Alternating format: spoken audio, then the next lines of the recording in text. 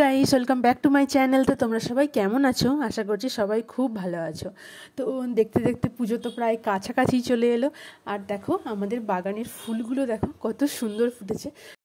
তো ফুলগুলো এতই সুন্দর দেখতে লাগে যে বাগানে এলে মনটাই ভরে যায়। তো একসাথে যেহেতু অনেকটা বাগান ফুলের আর পুরোটা লাল, খুব সুন্দর দেখতে লাগে। দূর থেকে খুব সুন্দর দেখতে লাগে, কাছ থেকেও খুব সুন্দর দেখতে লাগে। পুরো বাগানের দেখাশোনা আমার বাবাই করে। লোকটোক কাজে লাগে, তারা কাজ করে, কিন্তু দেখাশোনাটা বাবাই করে। আর আমার বাবা হাতে যে কোনো গাছপালা খুব সুন্দর হয়। সবজি গাছ বলো, ফুলের গাছ খুব সুন্দর হয়। যেমন হয় না, এক একজনের হাতে জাদু থাকে, তো আমার বাবাও সেরকমই প্রায় বলতে পারো। যেই গাছেই হাত দেয় মানে গাছটা খুব সুন্দর ফলে।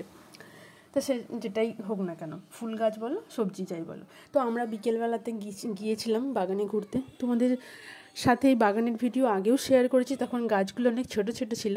তো কিছুদিনের এই গাছগুলো এতই তাড়াতাড়ি বেড়ে যায় যে কিছুদিনের মধ্যেই গাছগুলোতে আবার ফুল ধরে গেছে। তো এখন কিছুদিনের মধ্যেই ফুলগুলো কেটে বিক্রির পালা, বিক্রির প্রায় সময় চলে এসেছে। তো ওম সোনাকে নিয়ে আমরা ভাবলাম যে বাগানে ঘুরে আসি। আর ওম সপ্তাহখানেকের মতো দাদুকে দেখেনি, সপ্তাহ হয়তো নয়, 4-5 দিন দাদুর কাছে যেতে চাইছে না। ও দিদুনকে খুব ভালোভাবে মনে রেখেছে, মানে দিদুনকে খুব বেশিই ভালোবাসে আর কি। দাদু যখন মানে ওর দাদু যখন কোলে মানে কোলে আসার জন্য ডাকছিল, বলছে না, মানে কাঁদতে শুরু করে দিয়েছে আর কি। মানে আসার ইচ্ছে নেই, দেখতেই পাচ্ছ ওর যেন আসার ইচ্ছে নেই। কিন্তু একটু বাদেই যখন আমার মা নেবে তখন আমি ঝাঁপিয়ে চলে আসবে।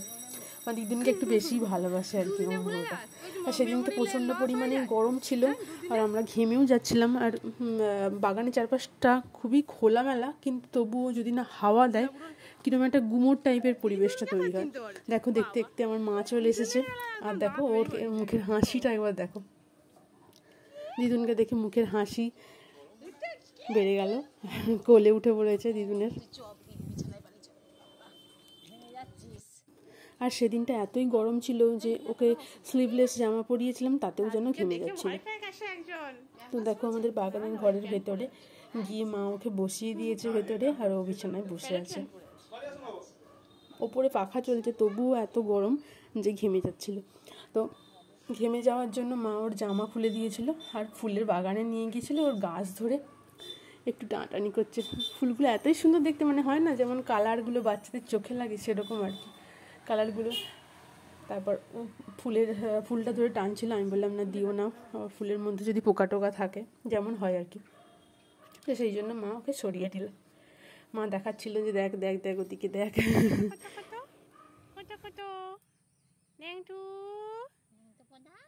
এত গরম শরীরে, শরীরে প্রচন্ডই গরম।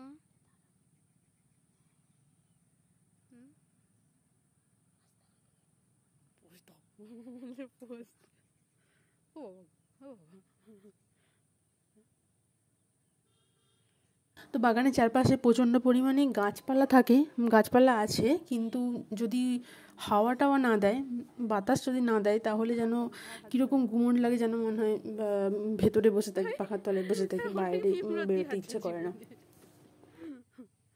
জীবনে জীবনে প্রচুর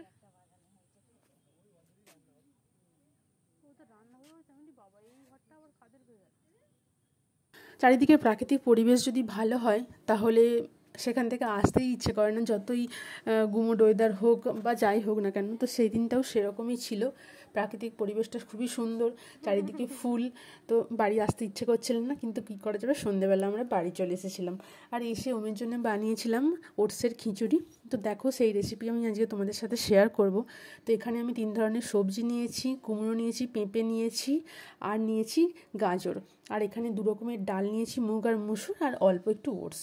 তো সবগুলোকে একসাথে, ডাল আর ওটস একসাথে মিশিয়ে ভালো করে ধুয়ে নেব। তো ভালো করে ধুয়ে নিয়ে তার মধ্যে সবজিগুলো দিয়ে দেবো, আর দিয়ে দেবো প্রেশার কুকারের সিটি। তো এখানে আমার ওটসটা, ডাল আর সবজিগুলো ভালো করে ধুয়ে নিয়েছি, আর এরপর বসিয়ে দেবো প্রেশার কুকারে। ওই আমি তো 10টার মতো সিটি দিই, একটু ভালো বেশি সিদ্ধ হলে তাহলে খেতে অসুবিধা হয় না। আমি একটা জিনিস লক্ষ্য করছি, ওর একটু শক্ত শক্ত খাবার মানে ওর একটু খেতে অসুবিধেই হয়। তো সেই জন্য আমি একটু বেশি করে সিটি দিয়ে দিই। তো যাই হোক, আমি তো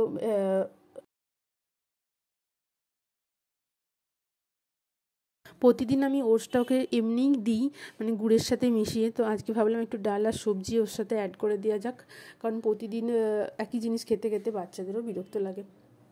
তো যাই হোক, আমি এখানে 10টা মতো সিটি দিলাম, দিয়ে দেখো ওটসটা যখন নামালাম এরকম হলো, এরকম দেখতে হলো।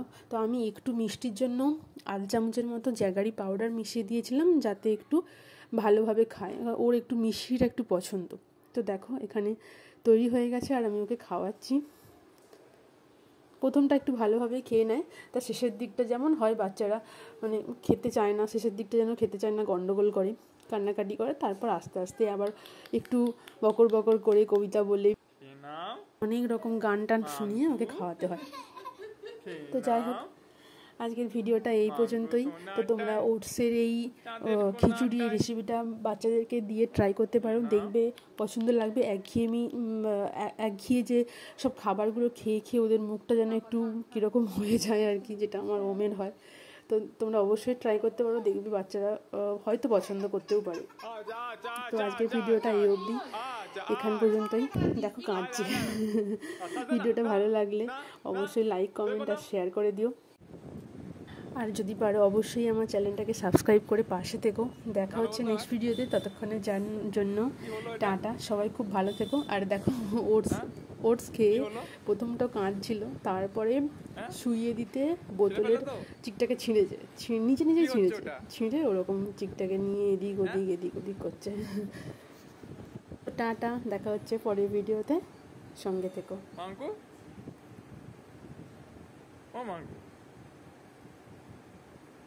ওটা কি হচ্ছে? হ্যাঁ, বোন